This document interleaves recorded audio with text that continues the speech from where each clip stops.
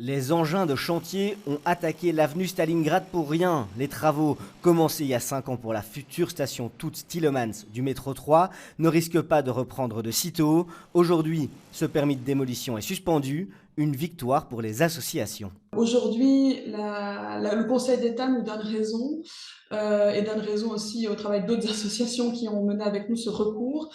Et ce qui nous semble vraiment très important de garder à l'esprit, c'est que les travaux sont donc suspendus. Donc la démolition du Palais du Midi n'aura pas lieu. Alors que le palais du Midi devait être démantelé à cause des problèmes de stabilité, les travaux sont considérés comme urbanicides. Grâce à cette décision du Conseil d'État, les associations rêvent d'un classement de l'édifice, mais priorité au court terme. Nous, ce qu'on attend aujourd'hui, c'est évidemment une réoccupation progressive du Palais du Midi par les anciens usagers, les anciens occupants. Mais ce qu'on veut aussi et surtout, c'est la remise en état des espaces publics autour du Palais du Midi. Et tout cela pourra se faire que si aujourd'hui on arrête du côté des autorités bruxelloises le déni par rapport à l'avancement du projet de métro 3. En août, la région bruxelloise avait octroyé un permis à la STIB pour cet épineux dossier. Le chantier est donc suspendu, ce qui ne veut pas dire qu'il est définitivement enterré.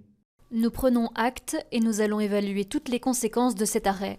Même son de cloche au cabinet d'Elke van den Brandt. Les acteurs en présence se donnent donc le temps de réflexion. Ce dossier est loin d'être fermé. Avec un projet aussi incertain, c'est un nouveau gouvernement qui devra prendre la main.